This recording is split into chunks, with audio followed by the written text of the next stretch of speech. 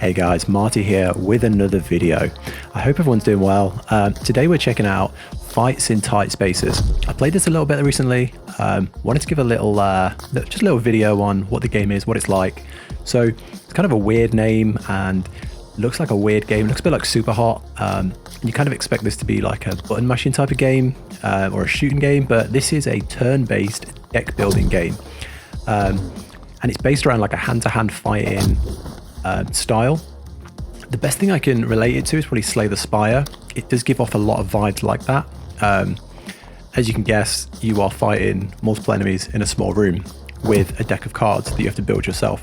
So the game sounds weird as hell, and if you follow this channel, then you know I love deck building games. I'm probably like 250 hours on Slay the Spire alone.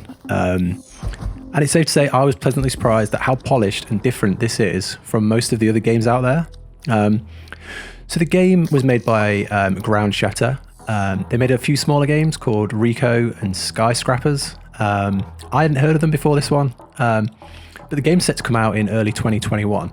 So I'm quite interested in how this one will do when it comes out and whether that will bring them a bit more recognition, because I think they do deserve it after playing this. It is surprisingly good, and I'd not heard about it until I saw it on the Steam store. So let's get into what the game actually is. So if you've played like a dungeon crawler, a deck builder like Slay the Spire, Nowhere Prophet, Curse of the Dead Gods, or any other like roguelike type game like that, there's a lot of systems here that you're going to recognize, and a lot of it is familiar and the same as what you're used to. So the game plays out, you draw cards into your deck, and you can add cards and upgrade cards in that same deck. You can draw attacks, blocks, counters, takedowns, and movement cards. And I'm sure there's other types out there that I just didn't get in my playthrough, or playthroughs. I had a couple. So you get energy at the start of each turn, and in this turn the energy is called momentum. And you need momentum to play all your cards, including movement cards. So this can add a lot of complexity into what you're going to be doing. So if you think most games are static, and your options are counter, block, or soak the damage, whereas here you have that element of the tight space of getting around the enemies and trying to position yourself in the most strategic place. So the way this works is you'll make your attack, your dodges, your movements, your blocks, and then you end the turn, and the enemy will have scripted moves, so they will plan their attacks in turn. So an enemy will say he's going to shoot in this direction, and another will say he's going to punch in this direction. You have a turn to play your attacks and get around those moves and position those moves in the best way possible.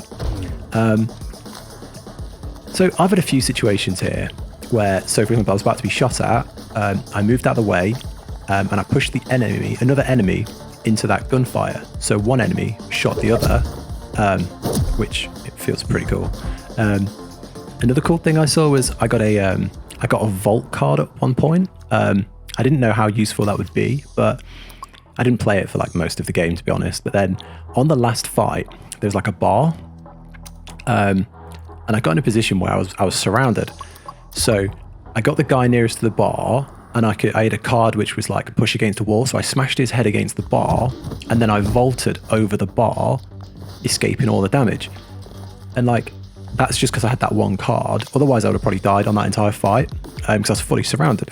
So things like that give the game a ton of potential, and I'm really interested to see what else there is in the game. Like a lot of games where you build your deck, you build combos, and those combos rely on the other cards and the enemies, whereas here you can also have cards which are based on the environment. So yeah, there's a lot of cool things they can do here. I didn't see a lot more like that, but again, I haven't played through the game much, so I don't know if there is more things like that. But if there's not, they should definitely add more, because having that happen, I was like, I'm making a video. This game's really good. And then when it comes to enemy types, there's more variety than I was expecting. So I saw like melee fist fighting, people with weapons like crowbars. I think I saw one guy with I don't know, it looked like a flamethrower, but I don't think it was. People with guns. There's like a big bruiser type I saw who like could buff his teammates. And then I fought a boss which could like summon more people into the fight. And he did that quite a lot, which made the fight quite hard. There's definitely more than meets the eye, and there's a lot more than I was expecting, and it made me think that they're not afraid to go down the out of the box route. So you think a fighting game like this would be very realistic, but they are willing to take it just that little bit further into the fun style. So hopefully I've covered how gameplay works in the fights. So outside of the fights, you are on a map, but the fights themselves all happen in these tight spaces. I would say the fights themselves are a 9. There is not much I would want to see here outside of what they already have. It is really polished, really fun, and I couldn't get enough of them.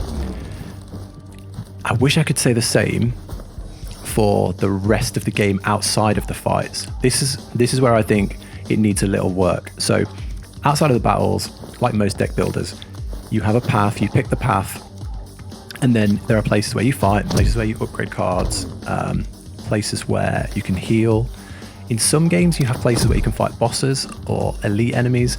I didn't see that in this game, so it was just a fight or a heal.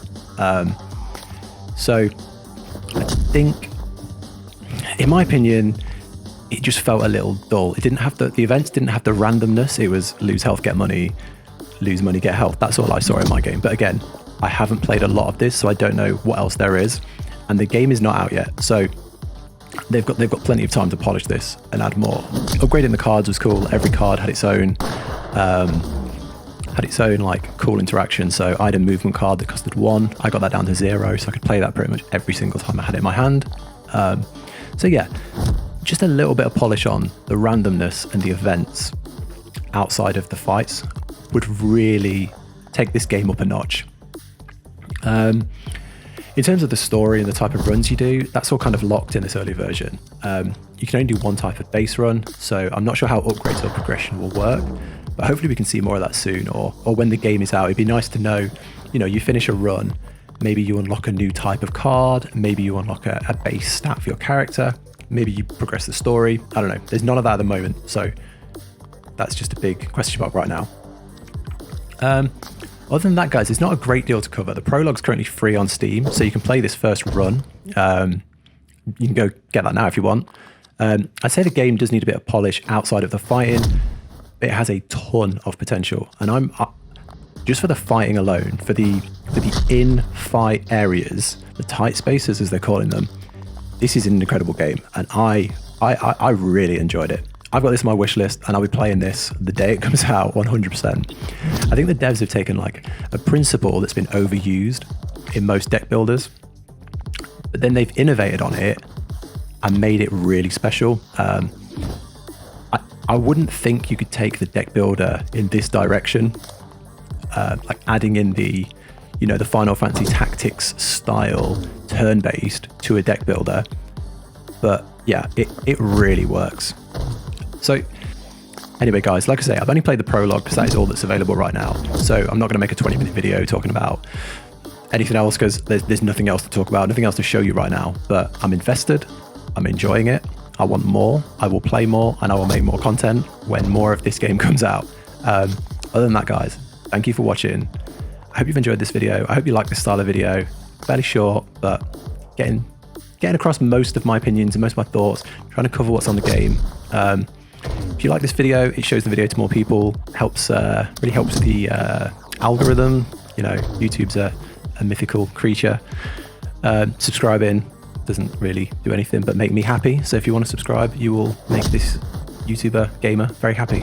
Other than that, thanks for watching, and I will catch you in the next one.